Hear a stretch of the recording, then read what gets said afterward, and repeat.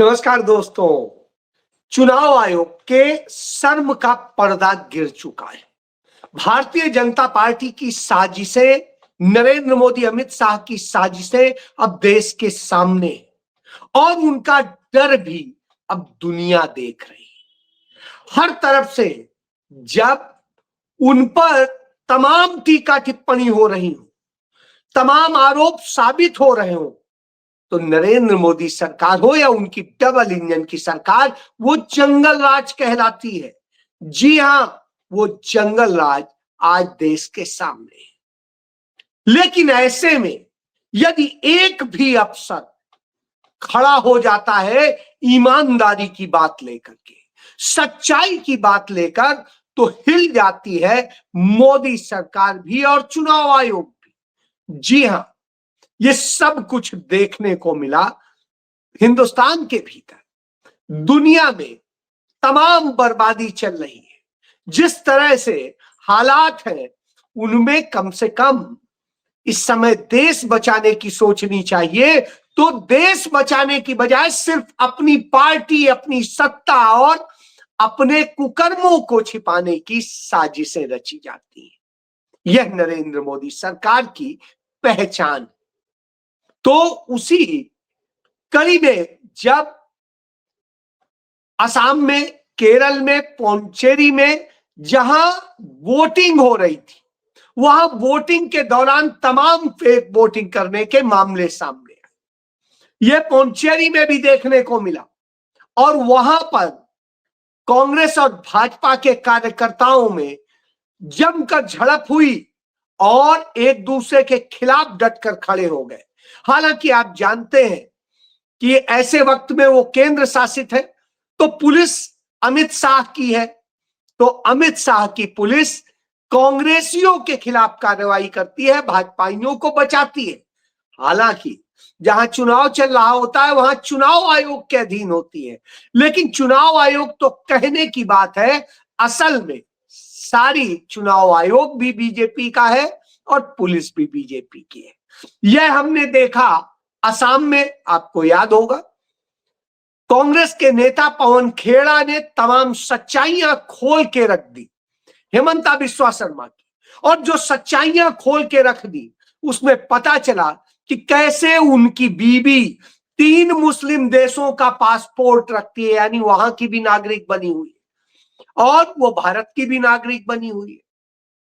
उसका पति जिस तरह से पूरे असम की जमीन जायदाद, सब जंगल, सब की लूट करता है और उस लूट के जरिए अपनी भी जेब भरता है, अपने रिश्तेदारों की भी जेब भरता है और उसके बाद में भाजपा के भी तमाम नरेंद्र मोदी अमित शाह के चहेतों की भी भरता है। जी हां, तो जल जमीन जंगल लूट रहा हो, ये सब कुछ हो रहा हो और इसका खुलासा जब कर दे, सबूतों के साथ कर दे, तो जो इस समय चुनाव के समय में चुनाव आयोग के अधीन पुलिस है, वह पुलिस अचानक एकदम से एफआईआर दर्ज करती है और फिर जहाज से सीधे आके गिरती है दिल्ली में और उनके घर में, जबकि वो घर में थे भी नहीं, उनके घर में जाती है, घुसती है, लैपटॉप और दूसरे इक्विपमेंट उठा लाती है।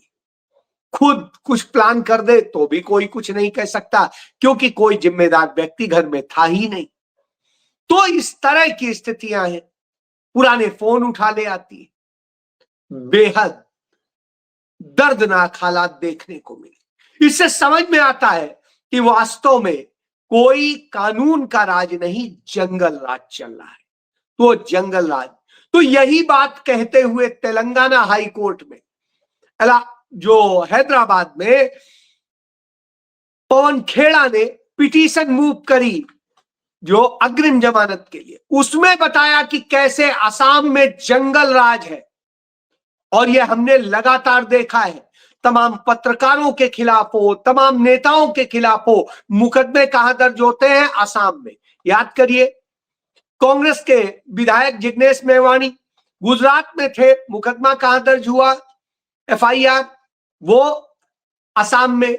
इसी तरीके से कांग्रेस के पवन खेड़ा के ही खिलाफ एक बार पहले एफआईआर दर्ज हुई थी, कहां? असम में सुप्रीम कोर्ट ने तत्काल राहत दी थी, और इसी तरीके से जिग्नेश मेवाणी को भी अदालत से ही राहत मिली। इसके बाद में तमाम पत्रकारों के खिलाफ असम में केस रजिस्टर किए जाते हैं, और पंजाब का जो मुल्जिम है, पंजाब में अशांति का मुल्जिम है, वो अमृतपाल ले जाके असम जेल में बंद किया जाता है। मतलब भाजपा की सबसे मुफीद जेल वो है, और वहां पर जंगल राज है। जी हां, जंगल राज में ही भाजपा सबसे खुश रहती है, क्योंकि वही तो उसका राज चलता है। दोनों एक ही है। यह बात अदालत में आई। बहरहाल अदालत क्या फैसला करेगी आने वाले वक्त में देखेंगे, लेकिन इतनी बात।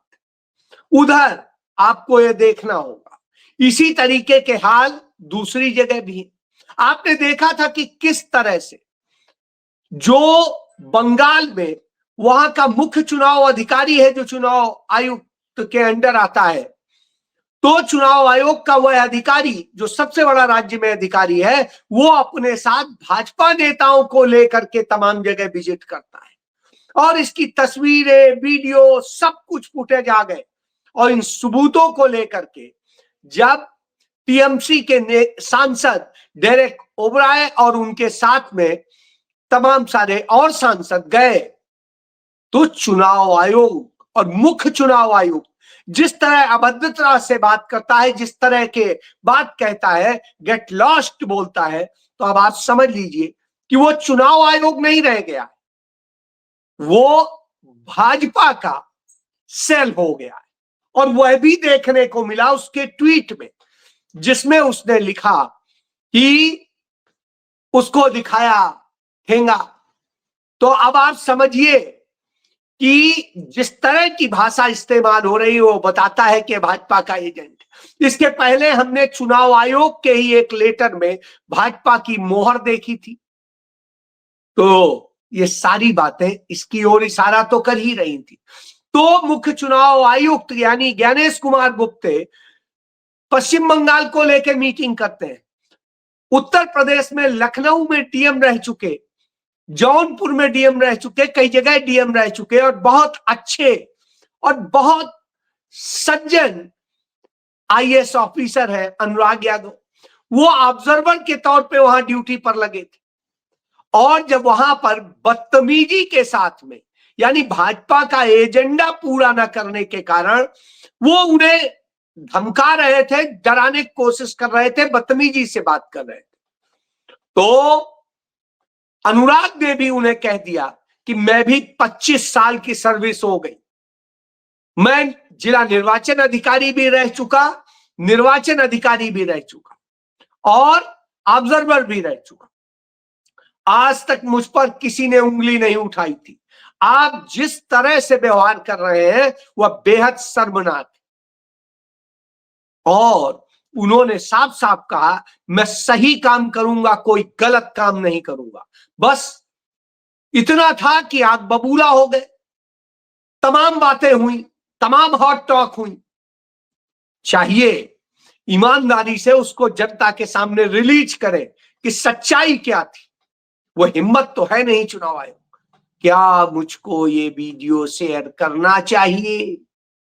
हाँ, करना चाहिए, लेकिन करोगे नहीं, तुम्हारे अंदर दम नहीं है। तो ये ज्ञानेश कुमार गुप्ते, तो उससे भी साबित हो जाता है। बहरहाल उन्हें हटा दिया जाता है वहां से। अब आप हटाइए ना हटाइए, उन्होंने तो पहले ही सच बोला, और सच बोलने की यह स्थिति होती है। तब इसी तरीके से तमाम जगह हो रहा है। तो अब असम में ही देखने को मिला कि किस तरह से पहले होता था कि वहीं के लोगों से वोट डालने के लिए पैसे दे दिए जाते थे, कुछ होता था। तो अब असम में आप देखिए, आप लोग पैसा नहीं, आप लेडीज आराम से रहिए, अल्लाह नहीं कीजिए। कौन दिया, कौन बताइए, कौन दिया बताइए। ये देखिए, ये महिला है, इनके अलावा एक दूसरा व्यक्ति है। तो यूपी और बिहार के लोग ला के और उनसे भाजपा डलवा रही है, और जिसके नाम का ये वोट डाल रही थी महिला, जिसकी पत्नी बनके वही व्यक्ति खुद पकड़ लेता है कि मेरी बीवी तुम कहां हो, मैं तुम्हारा पति हूं क्या। तो आप इससे समझ लीजिए इस तरह से भाजपा काम कर रही। जब यह करती है तो सारी बात सामने आती है। इसी तरीके से बिहार के लोग, यूपी के लोग और ये ला ला के फर्जी वोट डलाए जाते हैं, तो यह काम होता है। और इसी तरीके से केरल में भी हुआ। केरल में भी वोट खरीदने का काम हुआ। वहां साड़ियां दी जा रही हैं, पैसे दिए जा रहे हैं। भाजपा ने पहली बार केरल के इतिहास में यह भी हो रहा है। यह गंदगी भी भाजपा ने की है, क्योंकि वहां इस तरह का काडर तो है नहीं, तो इसलिए वहां इस तरह से खेल करते हैं। इसके बाद लाखों लाखों वोट काटे हैं, वह भी सबको पता है। पूरे देश में एसआईआर के नाम पे 8.5% से लेकर के 24% तक राज्यों में वोट काटे गए। यानी 24% मतलब आप सोचिए, 1/4 आबादी वोट में खत्म कर दी। इस तरह से नरेंद्र मोदी ने कराया है और किया है, और इस तरह चुनाव जीतने की साजिश रचते हैं। फिर भी मैं कहता हूं 75% तो बचे ना। वो 75% यदि कसम खा के खड़े हो जाए कि हमें नरेंद्र मोदी को हराना है, तो कोई माई का लाल नरेंद्र मोदी को जिता नहीं सकता है, बीजेपी को जिता नहीं सकता है। लेकिन उन्हें तो खड़ा होना पड़ेगा। लेकिन कोई डरा हुआ है, कोई बिका हुआ है, कोई कहीं है, कोई नफरत से भरा हुआ है, कोई झूठ व्हाट्सएप यूनिवर्सिटी से चलता है, तो क्या करेगा। इसके बाद में और आप देख लीजिए, हुमायूं कबीर, एक जो टीएमसी का नेता होता था, उसे भारतीय जनता पार्टी ने चुनाव के वक्त में तोड़ा, उससे कहा नफरत फैलाने का काम करो। तो उसने जो बाबरी मस्जिद अयोध्या में हुआ करती थी, अयोध्या के बगल में अदालत ने जमीन दी है कि जिसमें वो बनेगी, तो ऐसी स्थिति में वो कहता है हम बंगाल में बनाएंगे बाबरी मस्जिद, और उसको लेके एक नफरत पैदा करता है, सब करता है। हुमायूं कबीर पहले बीजेपी का ही नेता रहा था, बीजेपी से चुनाव लड़ा था। जब हार गया तो टीएमसी में चला गया और टीएमसी से जीतकर विधायक बन गया। अब भाजपा ने उसे फिर से कैच किया, क्योंकि पुराना उनका आदमी, और उसको किया तो उसने स्टिंग ऑपरेशन में स्वीकार कर लिया कि उसे 1,000 करोड़ रुपए कमवाने की बात कही गई थी। 1,000 करोड़ रुपए में डील हुई थी और डिप्टी सीएम की कुर्सी देने की बात हुई थी। यही नहीं, वो स्टिंग ऑपरेशन में और भी बहुत कुछ स्वीकारता है। इसके अलावा देखने को मिला, हुमायूं कबीर को Y+ श्रेणी की सुरक्षा केंद्र सरकार ने दे दी। अब आप सोचिए, Y+ श्रेणी की, ये देख लीजिए, ये है। तो इतनी बड़ी सुरक्षा क्यों दे रही है मोदी सरकार? क्योंकि उसे ऐसे ही लोग चाहिए। दूसरी तरफ वो डरपोक भी इतना है, वह भी जान लीजिए। सबसे बड़ा जो उसका डर देखने को मिला कि जो रसिया है, उसने जब एशिया के देशों में जहां पर हरमुज के कारण, स्ट्रेट के कारण बाधा जो है, गैस नहीं आ पा रही, तेल नहीं आ पा रहा है और समस्या है, तो उसने एक ऑफर किया कि सिर्फ एशिया के जो देश है, उन सभी देशों को यदि वो हमसे गैस खरीदेंगे, जिसे एलएनजी कहते हैं, कुकिंग गैस कहते हैं और कहते हैं, तो वो यदि हमसे खरीदेंगे एलएनजी, तो हम उन्हें वह गैस 40% छूट पे देंगे, 40% छूट पे। तो ऐसे में नरेंद्र मोदी डरा हुआ दिखाई देता। क्यों डरा हुआ दिखाई देता है? इधर भारत के लोग परेशान हैं, और इतनी सस्ती जब आपको मिल रही हो गैस, और वो गैस न लेके आप महंगी गैस लेने को तैयार और इंतजार कर रहे हैं, देश के लोगों को मरने, परेशान होने, रोजगार खराब होने, उद्योग धंधे बंद होने और इन सब के संकट पैदा हो रहा हो, भारत को आर्थिक नुकसान हो रहा हो, लेकिन नरेंद्र मोदी अमेरिका के डर से वो नहीं कर पा रहा है, क्योंकि अमेरिका ने सिर्फ तेल लेने की छूट दी, बाकी छूट देगा तभी करेंगे। राहुल गांधी गलत थोड़ी ना कहते, कि अमेरिका के बिना ये चू नहीं कर सकता है, जो अमेरिका कहेगा वही करेगा, उसके सामने बोल नहीं सकता है। तो आज ये स्थिति स्पष्ट दिखाई दे रही है कि रसिया जब 40% छूट के साथ देने को तैयार है तो भी नरेंद्र मोदी गैस लेने को नहीं, नहीं नहीं हम नहीं लेंगे। हमें डर लगता है किससे? डोनाल्ड ट्रंप से, नेतन्याहू से। 145 करोड़ का देश जिसमें एक दो नहीं जो है 8 अमेरिका समाज है, जिसमें इजराइल जैसे जो देश है वो 15 देश समा जाए। अब आप चाहिए 15 क्यों, 20 देश समा जाए, तो 15-20 देश वो समा जाए, 8 देश अमेरिका जैसे समा जाए, और वो देश का प्रधानमंत्री डरा हुआ फैसला नहीं लेता है क्योंकि देश की ले नहीं सकता है। इसके बाद क्लाइमेट चेंज को लेकर के खुद नरेंद्र मोदी ने कॉन्फ्रेंस में प्रस्ताव रखा था कि हम क्लाइमेट चेंज पर चाहते हैं कि हमें इसको आयोजित करने का और इसको होस्ट करने का अधिकार मिल जाए। और उसके लिए जो उन्होंने रिक्वेस्ट करी थी तो वर्ल्ड ने उन्हें यह मौका दिया 2028 की क्लाइमेट चेंज की समिट करने के लिए दिल्ली में। तो अब यह हालत हो गई नरेंद्र मोदी की कि नरेंद्र मोदी इतना डर गए हैं अमेरिका से, इजराइल से और दुनिया की इन जो तमाम सारी वो है, तो आप क्लाइमेट चेंज पे बात नहीं करें क्योंकि क्लाइमेट को सबसे ज्यादा नुकसान भी नरेंद्र मोदी ने पहुंचाया। उन्होंने अपने अडानी, अंबानी और दूसरे पूंजीपति मित्रों के लिए उड़ीसा में लाठीचार्ज हुआ और सब कुछ हुआ, आदिवासियों की जमीन छीनी जा गई।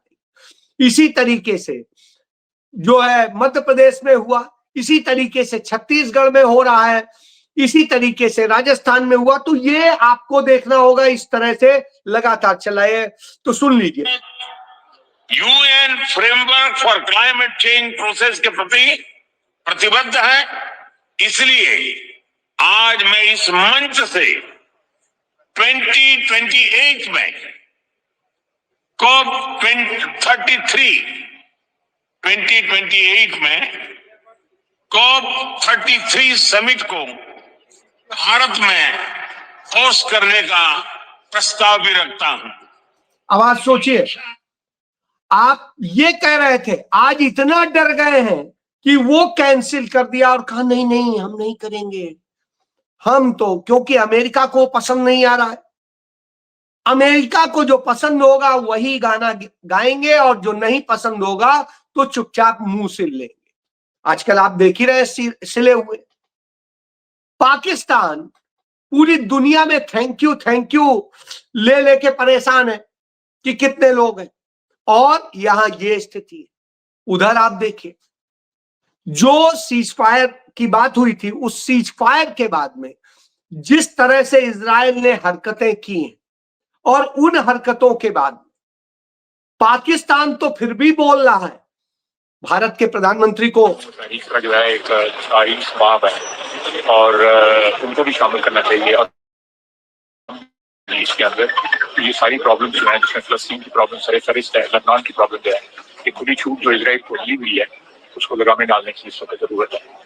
अब देखिए, वो लगाम डालने की बात कर रहा है इजराइल के लिए, भारत का प्रधानमंत्री नहीं बोल पा रहा है।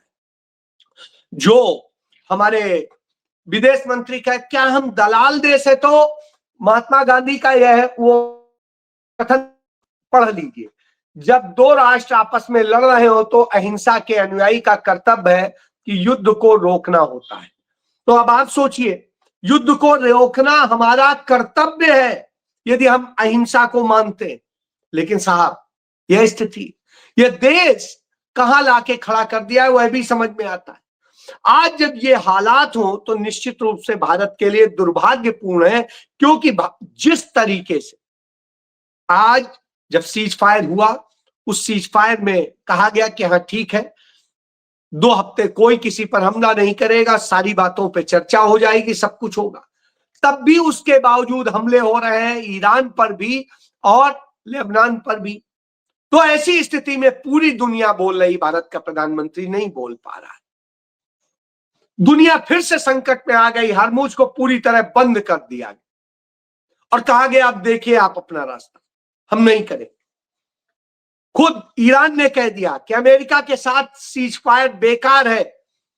जो ईरान ने 3 बातें कही थी, ईरान के स्पीकर ने कहा कि सबसे पहला लेबनान पर हमला रुकना चाहिए, मध्यस्थता कर रहे पाकिस्तान के जो प्रधानमंत्री हैं उनसे भी उन्होंने कहा कि लेबनान का जिक्र आपने किया था, अब बात कीजिए क्यों नहीं हो रहा है। दूसरा, ईरान और ड्रोन में जो तीसरा उल्लंघन ईरान के जो यूरेनियम संवर्धन के अधिकार से इनकार करना है वह भी बर्दाश्त नहीं है। और तीसरा कि उल्लंघन शांति वार्ता के शुरू होने के पहले उसकी विश्वसनीयता को कमजोर कर देता है।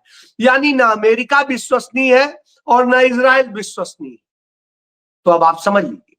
और ऐसे अविश्वसनीय लोगों को फादरलैंड बनाने वाले ये हैं। और क्लाइमेट चेंज क्यों कैंसिल कर दिया है, देखिए आदिवासियों पे जो लाठी चल रहे हैं और चल रहे हैं, उनकी जल जमीन जंगल छीना जा रहा है।